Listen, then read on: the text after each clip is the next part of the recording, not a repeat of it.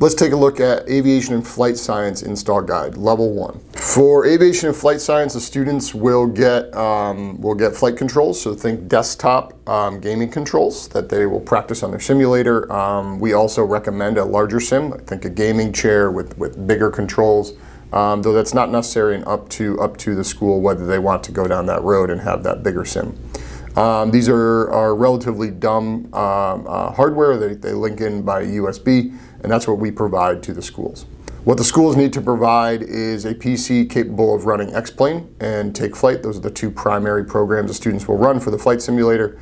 X-Plane has two versions currently, X-Plane 11 and 12. 11 is a little bit older, still very capable, still very good, much easier on the PCs, so if they're a little bit older, that may be the right way to go.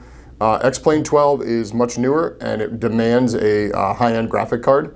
It can't have an onboard like Intel graphic card. It has to have NVIDIA or some of these higher-end graphic cards to use X-Plane 12. So that's the big difference. The PCs are school provided, and we recommend one per every group of 2 students. So usually the class size is around 20-25. We recommend having one per 2 students, so that they can be a pilot and co-pilot. For software installation requirements, the big programs there, as I mentioned, are X-Plane and Take Flight. We have the download. The download, you don't need any licenses or anything. It's a demo that you're downloading, but it's the full program. The X-Plane software is pretty hefty on memory, so be sure when you're downloading it, you're selecting just the areas you want to install. We usually recommend just North America or even limited to a geographic area of where your school is. If you download, you're welcome to download the entire map, but it is pretty heavy on memory. And then, as I mentioned, the X-Plane 12 is much more demanding from a computer versus X-Plane 11.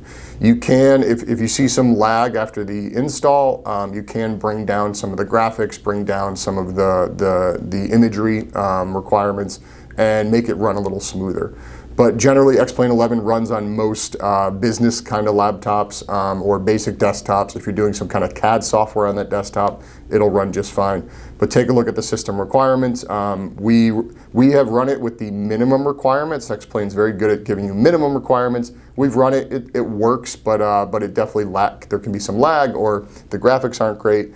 And then there's the recommended requirements, which are usually pretty achievable these days. One note to mention is obviously the graphics card is important, and then also the RAM. That what we have found, the video RAM specifically, or if it's shared, that RAM is a huge component. So if you're selecting computers to bring in for this, focus on those 2 areas. Upping the RAM to something a little bit higher would really go a long way. Once you install X-Plane, you can do it with a mouse and keyboard, or if you have one of the sticks, then setting it up is really nice. We give you a little image of that. There's a very particular way that X-Plane and Take Flight talk to each other. So what needs to happen is you install X-Plane, you run X-Plane, put the license key in. That is a license key program. No student account, no anything like that. So it's a license that we provide to you. From there, that license key will be sticky, so it'll stay in. So the students just hit accept whenever they're coming on. And then once X-Plane's running, it's all set up. Then you bring Take Flight in and install Take Flight. Take Flight needs to see which X-Plane version you have while you're installing it. And then you install Take Flight, and now the 2 programs can talk to each other.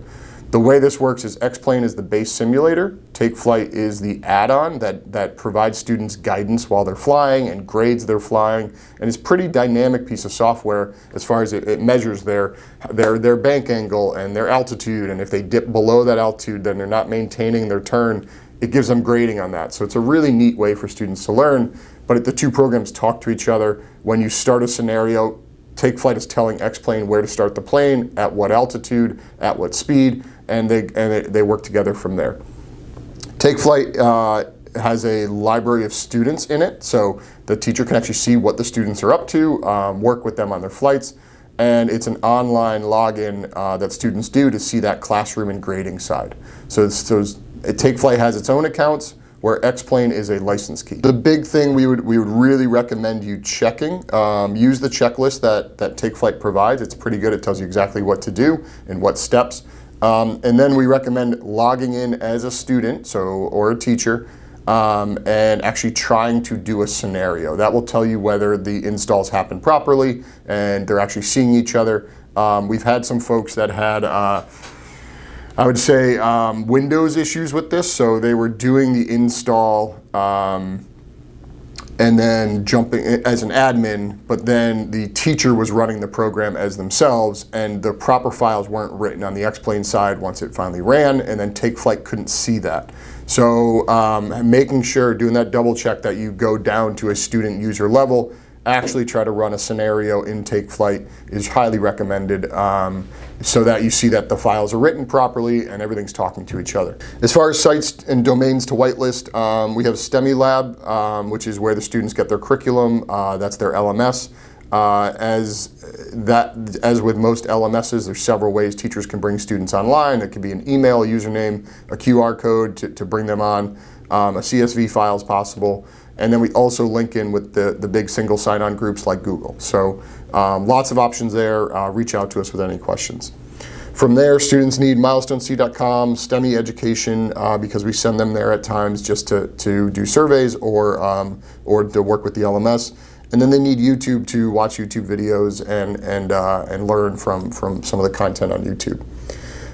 X-Plane site, TakeFlight Interactive, those are some things to whitelist just because students there's a server check that the license does every once in a while, and then also for TakeFlight they'll be signing into that account to look at their grading and look at their scoring and how they're doing.